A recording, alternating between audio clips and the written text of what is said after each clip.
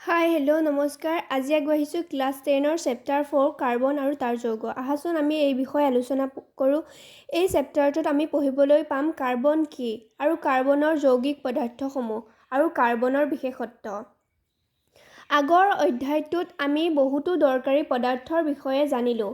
এই অধ্যয়নত আন বহুতো আকৰ্ষণীয় যৌগ আৰু সিহঁতৰ ধৰ্মৰ বিষয়ে আলোচনা কৰা হ'ব। তদুপৰি মৌল ৰূপতেই হওক বা যৌগৰ ৰূপতেই হওক আমাৰ বাবে অতি প্ৰয়োজনীয় বা গুৰুত্বপূৰ্ণ কাৰ্বনৰ বিষয়ে শিকিম।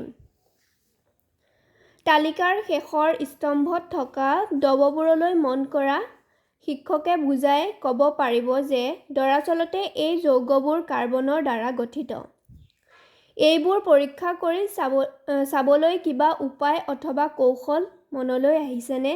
কাৰ্বনযুক্ত যৌগ দহন কৰিলে কি উৎপন্ন হয়? ইয়াক সাব্যস্তকৰণৰ পৰীক্ষা কি জানানে? ইয়াত এটা কাৰ্যকলাপ দিছে, সেই কাৰ্যকলাপটো তোমালোকে কৰিব লাগিব আৰু এনচাৰত তোমালোকে কি কৰিব লাগিব, কাৰ্বনযুক্ত যিবিলাক যৌগ আছে ন, দহন কৰিলে কি উৎপন্ন হয় সেই এনচাৰটো পাতিব লাগিব। খাদ্য, বস্তু, ঔষধ, কিতাপ নাইবা তোমাৰ তালিকাভুক্ত আন বহুতো বস্তুৰ বহু ধৰ্ম বিশিষ্ট বা বহু গুণযুক্ত কাৰ্বনৰ দ্বাৰা গঠিত। পিছে ভূপৃষ্ঠ আৰু বায়ুমণ্ডলত থকা কাৰ্বনৰ পৰিমাণ তেনেই নগণ্য।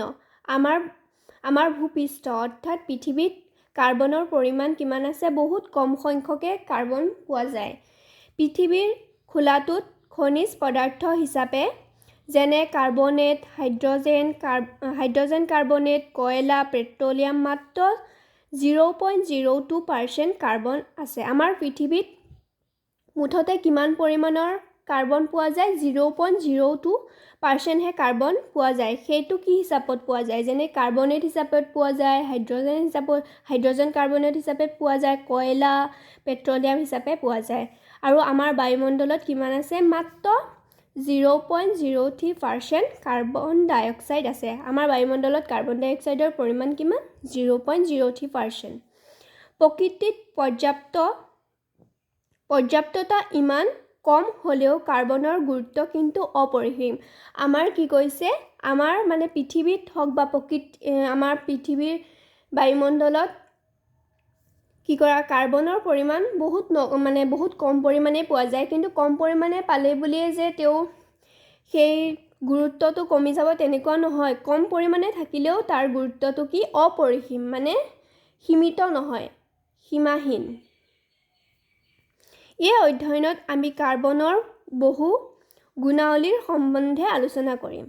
কাৰ্বনৰ আমি ইয়াত কি বিষয়ে পঢ়িবলৈ পাম? কাৰ্বনৰ গুণৰ বিষয়ে পঢ়িবলৈ পাম। কাৰ্বনৰ বন্ধনী, সহযোজী বন্ধনী। কাৰ্বনে কি বন্ধনী কৰে? কাৰ্বনে সহযোজী বন্ধনী কৰে। আহাচোন আমি পঢ়োঁ। ইয়াৰ আগৰ অধ্যায়ত আমি আয়নীয় যৌগৰ ধৰ্মবোৰ শিকি আহিছোঁ। আমি জানো যে আয়নীয় যৌগবোৰৰ উচ্চ গলনাংক আৰু উতলাংক বিশিষ্ট আৰু সিহঁতে গলিত বা দ্ৰৱীভূত অৱস্থাত বিদ্যুৎ পৰিবহণ কৰে। কি কৰে? আয়নীয় যিবিলাক যৌগ আছে ন, আয়নীয় যৌগবিলাকে কি কৰে?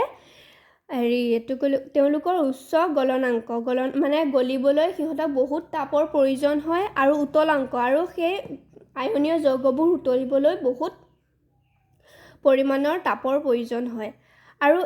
আৰু সিহঁতে গলিত বা দ্ৰৱীভূত অৱস্থাত যেতিয়া সিহঁতে গলে বা পানীৰ লগত মিহলি হয় ন, সিহঁতে তেতিয়া কি কৰে? বিদ্যুৎ পৰিবহণ কৰে। আয়নীয় যৌগৰ এই ধৰ্মবোৰ আমি ইলেক্ট্ৰযোজী বা আয়নীয় বন্ধনীৰ প্ৰকৃতিৰ ওপৰত ভিত্তি কৰি ব্যাখ্যা কৰিব পাৰোঁ। এতিয়া কিছুমান কাৰ্বন যৌগৰ ধৰ্ম অধ্যয়ন কৰা যাওক। এতিয়া আমি কিহৰ বিষয়ে পঢ়িম? কাৰ্বন যৌগৰ ধৰ্মৰ বিষয়ে পঢ়িম। কিছুমান কাৰ্বন যৌগ গলনাংক আৰু উতলাংকত তালিকা 4.1ত দিয়া হৈছে। ইয়াত কি দিয়া হৈছে? Acetic acid CH3COO। এইটোৰ গলনাংক কিমান? গলনাংকত ইংলিছত K আখৰে সূচোৱা হয় আৰু উতলাংকও K আখৰে সূচোৱা হয়। ইয়াৰ গলনাংক, এচিটিক এচিডৰ গলনাংক হৈছে 290 আৰু উতলাংক হৈছে 391। আৰু ক্ল'ৰফৰ্মৰ গলনাংক হৈছে 209 আৰু উতলাংক হৈছে 336। আৰু ইথানলৰ CH3 CH2OH ইথানলৰ গলনাংক হৈছে 156 আৰু উতলাংক হৈছে 351 আৰু মিথেন যৌগৰ গলনাংক হৈছে CH4 গলনাংক হৈছে 90 আৰু উতলাংক হৈছে 111 দ্বিতীয় অধ্যায়ত আমি পাই আহিছোঁ যে বেছিভাগ কাৰ্বন যৌগ বিদ্যুতৰ কুপৰিবাহী আমি কি পালোঁ কাৰ্বন যৌগবিলাক কি হয় বিদ্যুতৰ কুপৰিবাহী মানে ইয়াৰ মাজেৰে বিদ্যুৎ পৰিবহণ হ'ব নোৱাৰে গলনাংক আৰু উতলাংকৰ মানবোৰ মন কৰিলে আমি থিৰাং কৰিব পাৰোঁ যে এই যৌগৰ অণুবোৰৰ পৰস্পৰ আকৰ্ষণ বল তেনেই কম আমি এই চাৰ্টখন চালে কি অনুমান কৰিব পাৰোঁ যে সিহঁতৰ মাজৰ যিটো মানে আকৰ্ষণিক বল আছে ন সেই আকৰ্ষণিক বলটো বহুত কম সেইটো কাৰণে সিহঁতে কি হয় বহুত কম উষ্ণতাত সিহঁতে গলিব পাৰে বা উতলিব পাৰে যিহেতুকে যৌগবোৰ মুখত বিদ্যুতৰ কুপৰিবাহী এতেকে আমি সিদ্ধান্ত ল'ব পাৰোঁ যে এই বান্ধনি গঠনৰ সময়ত কোনো আয়ন সৃষ্টি নহয় আৰু এই যৌগবোৰ মানে কাৰ্বন যিবিলাক যৌগ আছে ন সেই কাৰ্বনবিলাক যেতিয়া বন্ধনী গঠন কৰে কাৰ্বনে যেতিয়া বন্ধনী গঠন কৰে তেতিয়া কোনো ধৰণৰ আয়ন সৃষ্টি নহয় কাৰণ কিয় নহয় এইবোৰ বিদ্যুতৰ কুপৰিবাহী নৱম শ্ৰেণীত তোমালোকে মৌলবোৰৰ যোজন ক্ষমতাৰ বিষয়ে শিকি আহিছা এই যোজন ক্ষমতা যোজক ইলেক্ট্ৰনৰ সংখ্যাৰ ওপৰত নিৰ্ভৰ কৰে যোজক ইলেক্ট্ৰন মানে কি যেনিবা 2:8:1 এইটো যোজক ইলেক্ট্ৰন কোনটো 1 আৰু যোজন ক্ষমতা কিমান 1 এইবাৰ কাৰ্বনৰ ইলেক্ট্ৰনীয় বিন্যাসলৈ মন কৰা কাৰ্বনৰ পৰমাণু ক্ৰমাংক কিমান 6 কাৰ্বনৰ পৰমাণু ক্ৰমাংক হ'ল 6 তোমালোকক দেখুৱাই দিছোঁ পৰমাণু ক্ৰমাংক 6 আৰু তেন্তে হ'লে ইয়াৰ যোজ্যতা কিমান হ'ব 2:4 দিলে আমি এনেকৈ কৰি পেলাই আমি উলিয়াব পাৰিম বিভিন্ন কক্ষত ইয়াৰ ইলেক্ট্ৰন বিতৰণ কি হ'ব বিভিন্ন কক্ষত ইয়াৰ ইলেক্ট্ৰন বিতৰণ হ'ব 2:4 আৰু কাৰ্বনৰ যোজক ইলেক্ট্ৰন কেইটা মানে এইটো কিমান হ'লে মানে কাৰ্বনটো যোজন ক্ষমতা লাভ কৰিব ইয়াৰ কিমান হ'ব লাগিব 4 মানে এইটো যোজক ক্ষমতাত কিমান হ'ব লাগিব 2:8 হ'ব লাগে ন লাষ্টৰ সংখ্যাটো আমি 8 মানে 8 বনাব লাগে গতিকে 4 লগত কিমান যোগ কৰিলে 8 হ'ব 4 লগত 4 যোগ কৰিলে 8 হ'ব গতিকে 4 আমি জানো যে কোনো মৌলৰ সক্ৰিয়তা সিহঁতৰ বহি কক্ষৰ ইলেক্ট্ৰন সজ্জা সম্পূৰ্ণ কৰা প্ৰৱণতাৰ ওপৰত নিৰ্ভৰ কৰে অৰ্থাৎ সিহঁতে সম্ভান্ত গেছৰ ইলেক্ট্ৰনীয় বিন্যাসৰ পাব পাৰে মানে সিহঁতৰ মৌলবিলাকৰ মানে সক্ৰিয়তা কিহৰ ওপৰত নিৰ্ভৰ কৰে বহি কক্ষৰ ইলেক্ট্ৰন সজ্জাৰ ওপৰত নিৰ্ভৰ কৰে মানে বহি কক্ষ মানে বাহিৰৰ কক্ষত এইটো আছে ন কাৰ্বনৰ এইটোৰ ওপৰত নিৰ্ভৰ কৰে আয়নীয় যৌগ গঠনৰ সময়ত মৌলবিলাকে বহিৰ্তম কক্ষৰ পৰা ইলেক্ট্ৰন এৰি দি বা বহিৰ্তম কক্ষত ইলেক্ট্ৰন গ্ৰহণ কৰি সুস্থিৰ বিন্যাস লাভ কৰে কাৰ্বনে এতিয়া কি কৰিব 2:4 এতিয়া সি 4টা ইলেক্ট্ৰন ল'ব 4টা ইলেক্ট্ৰন ল'লে কিমান হ'ব 4টা ইলেক্ট্ৰন ল'লে তাৰ যোজন ক্ষমতা কিমান হ'ব 2:8 মানে তাৰ এইটো কি হ'ব সুস্থিৰ হৈ যাব গতিকে ই 4টা ইলেক্ট্ৰন গ্ৰহণ কৰিব নহ'লে 4টো এৰি দিব এইটো কেতিয়া ডিপেণ্ড কৰে সেইটো আমি পিছলৈ পঢ়িবলৈ পাম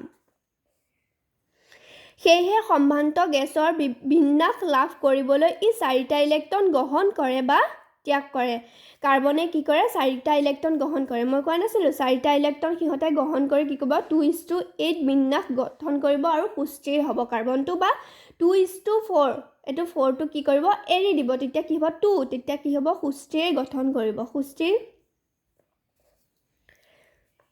কাৰ্বনে ইলেক্ট্ৰন গ্ৰহণ বা ত্যাগ কৰাহেঁতেন 1 নম্বৰতে দিছে 4টা ইলেক্ট্ৰন গ্ৰহণ কৰি C4- এনায়ন গঠন কৰিব লাগিব কিন্তু কাৰ্বনৰ নিউক্লিয়াছত থকা 6টা প্ৰটনে 10টা ইলেক্ট্ৰন অৰ্থাৎ 4টা অতিৰিক্ত ইলেক্ট্ৰন ধৰি ৰখাটো সম্ভৱ নহয় কিন্তু আচলতে কি কৰিব নোৱাৰে কাৰ্বনে 4টা ইলেক্ট্ৰন গ্ৰহণ কৰিবও নোৱাৰে আৰু কি কৰিব নোৱাৰে ত্যাগো কৰিব নোৱাৰে সেইটো কাৰণে কাৰ্বনে কি কৰে সহযোজী বান্ধনী গঠন কৰে আৰু যদি কৰিলেহেঁতেন তেতিয়াহ'লে কি হ'লহেঁতেন ইয়াত দিয়া হৈ আছে আৰু এইদৰে 4টা ইলেক্ট্ৰন ত্যাগ কৰি C4+ কেটায়ন গঠন কৰিব লাগিব 4টা ইলেক্ট্ৰন আঁতৰাবলৈ বহু পৰিমাণৰ শক্তিৰ প্ৰয়োজন হ'ব আনহাতে কাৰ্বন পৰমাণু গৰ্ভত 6টা প্ৰটন থকাৰ বিপৰীতে মাত্ৰ 2টাহে ইলেক্ট্ৰন থাকিব এই দুটা পইণ্ট ইম্পৰ্টেণ্ট হয় তোমালোকে মুখস্থ কৰি ল'বা বা মনত ৰাখিবা কাৰ্বন পৰমাণুৱে তাৰ 4টা যোজক ইলেক্ট্ৰন আন কাৰ্বন পৰমাণু বা আন মৌলৰ পৰমাণুৰ লগত ভাগ বতৰা কৰি অনুগঠন কৰি এই সমস্যা সমাধান কৰে আৰু কাৰ্বনে কি কৰে কাৰ্বনে ত্যাগো নকৰে মানে ইলেক্ট্ৰন ত্যাগো নকৰে আৰু গ্ৰহণো নকৰে সিহঁতে কি কৰে সহযোজী বান্ধনী গঠন কৰে অকল কাৰ্বনে নহয় আন বহুতো মৌলই একেদৰে ইলেক্ট্ৰন ভাগ বতৰা কৰি অনুগঠন কৰে আৰু বেলেগ কিছুমান অণু আছে সিহঁতেও কি কৰে সহযোজী বান্ধনী গঠন কৰে ভাগ বতৰা কৰা ইলেক্ট্ৰনবিলাক অংশীদাৰ পৰমাণু দুয়োটাৰ বহিৰ্তম কক্ষৰ উমৈহতীয়া ইলেক্ট্ৰন হৈ পৰে আৰু ইয়াৰ ফলত অংশীদাৰ পৰমাণু দুয়োটাই সম্ভ্ৰান্ত গেছৰ ইলেক্ট্ৰন বিন্যাস লাভ কৰে আৰু কি হয় তেতিয়া 2:4 কাৰ্বনৰ ইলেক্ট্ৰনীয় বিন্যাস 2:4 তেতিয়া কি কৰে ই মানে আৰু এটা যদি ইলেক্ট্ৰন আছে আৰু এটা যদি মৌল থাকে বা যৌগ থাকে ন সেইটোৰ লগত কি কৰিব যেনিবা 2:5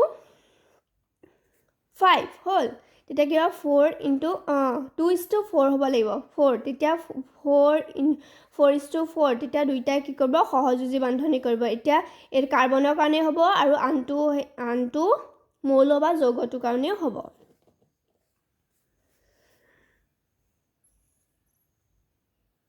এই ধৰণে গঠন কৰা আটাইতকৈ সৰল অণু হ'ল হাইড্ৰজেন আৰু আটাইতকৈ সৰল মানে সহযোজী বন্ধন গঠন কৰা আটাইতকৈ সৰল অণুবিধৰ নাম কি আটাইতকৈ সৰল অণুবিধৰ নাম হ'ল হাইড্ৰজেন এইটো কুৱেশ্যন তোমালোকৰ এক্সামত আহিব পাৰে হাইড্ৰজেনৰ পৰমাণু ক্ৰমাংক 1 হাইড্ৰজেনৰ পৰমাণু ক্ৰমাংক কিমান 1 গতিকে ইয়াৰ কে কক্ষত এটা মাত্ৰ ইলেক্ট্ৰন থাকে কে কক্ষ সম্পূৰ্ণ হ'বলৈ আৰু এটা মাত্ৰ ইলেক্ট্ৰনৰ প্ৰয়োজন এইটো হাইড্ৰজেনৰ ইলেক্ট্ৰন মানে যিটো মানে ইলেক্ট্ৰনটো সম্পূৰ্ণ হ'বলৈ ইলেক্ট্ৰনৰ যিটো কক্ষ আছে ন সেই কক্ষটো সম্পূৰ্ণ হ'বলৈ কেইটা ইলেক্ট্ৰন লাগে যিহেতুকে কাৰ্বনৰ পৰমাণু ক্ৰমাংক কাৰ্বনৰ নহয় হাইড্ৰজেনৰ পৰমাণু ক্ৰমাংক কিমান হাইড্ৰজেনৰ পৰমাণু ক্ৰমাংক হ'ল 1 গতিকে এই সম্পূৰ্ণ কক্ষ পূৰণ কৰিবলৈ কেইটা ইলেক্ট্ৰন লাগে এটা ইলেক্ট্ৰন লাগে মানে 2 হ'ব লাগে ন আমি এইটো মনত ৰাখিব লাগিব 2:4:8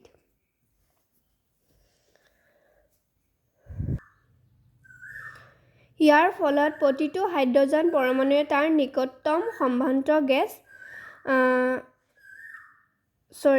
গতিকে দুটা হাইড্ৰজেন পৰমাণুৱে ইলেক্ট্ৰন ভাগ বতৰা কৰি হাইড্ৰজেন অণু H2 গঠন কৰে ইয়াৰ ফলত প্ৰতিটো হাইড্ৰজেন পৰমাণুৱে তাৰ নিকটতম সম্ভ্ৰান্ত গেছ হিলিয়াম ইলেক্ট্ৰনৰ বিন্যাস লাভ কৰে আৰু হিলিয়ামৰ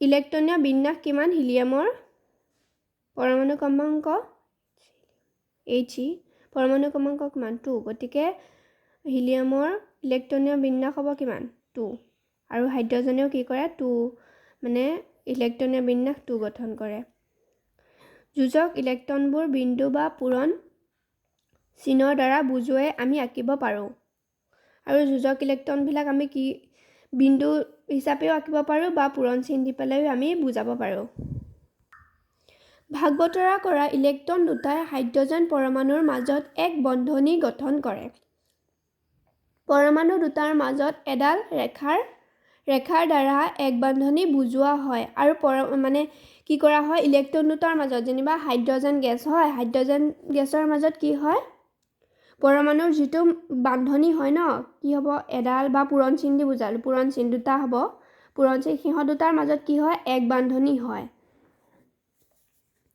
আৰু এইটো কিহৰ দ্বাৰা বুজোৱা হয় ৰেখাডালৰ দ্বাৰা বুজোৱা হয় ক্লৰিনৰ পৰমাণু ক্ৰমাংক কিমান 17 ক্লৰিনৰ পৰমাণু ক্ৰমাংক কিমান 17 ইয়াৰ ইলেক্ট্ৰনীয় বিন্যাস কিমান হ'ব ইয়াৰ ইলেক্ট্ৰনীয় বিন্যাস হ'ব 2:8 8 10 আৰু কিমান 7 2:8:7 10 আৰু 7 17 হৈছে আৰু ইয়াৰ যোজ্যতা কিমান ইয়াৰ যোজ্যতা হ'ব মানে 7ৰ লগত কি যোগ কৰিলে 8 হ'ব 7ৰ লগত কি যোগ কৰিলে 8 হ'ব 1 যোগ কৰিলে গতিকে ইয়াৰ যোজ্যতা কিমান 1 ক্লৰিনে দ্বিপাৰমাণৱিক অণু গঠন কৰে ইয়াৰ ইলেক্ট্ৰন বিন্দু গঠন দেখুৱাব পাৰিবানে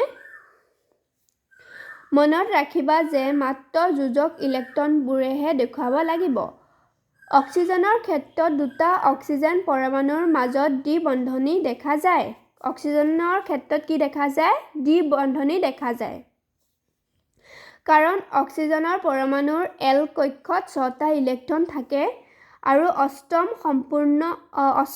সম্পূৰ্ণ হ'বলৈ ইয়াক দুটা ইলেক্ট্ৰনৰ প্ৰয়োজন সেইকাৰণে প্ৰতিটো অক্সিজেন পৰমাণুৱে দুটাকৈ ইলেক্ট্ৰন ভাগ বতৰা কৰি চিত্ৰ 4:3 দেখুওৱাৰ দৰে গঠন লাভ কৰে দুটা অক্সিজেন পৰমাণুৰ মাজত দুযোৰ ইলেক্ট্ৰন